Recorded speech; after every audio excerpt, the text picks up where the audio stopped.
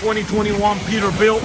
We went ahead and did the alarm system with the remote start and the linker unit. I'm going to go ahead and hit lock. Chirps, locks your doors. Okay. I'm going to go ahead and hit unlock. Unlocks your doors. Okay. Remote started.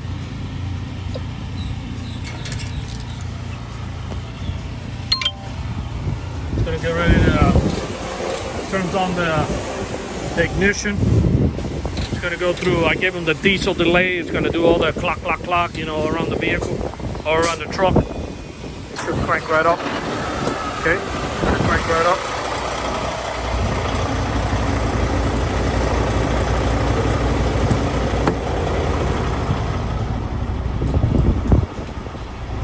Okay.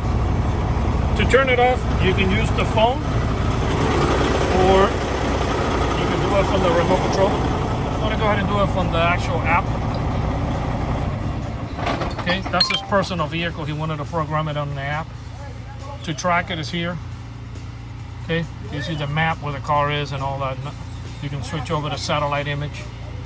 Okay, this is the voltage of the actual battery of the truck, the signal, the actual unit.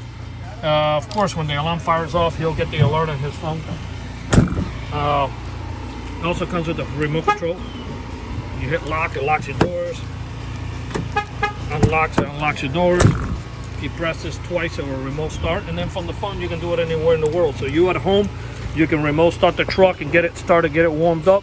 It will run for 30 minutes and it will shut itself off. That way you can, you know, do your thing in your house. And by the time you get to the yard, the truck is already warm.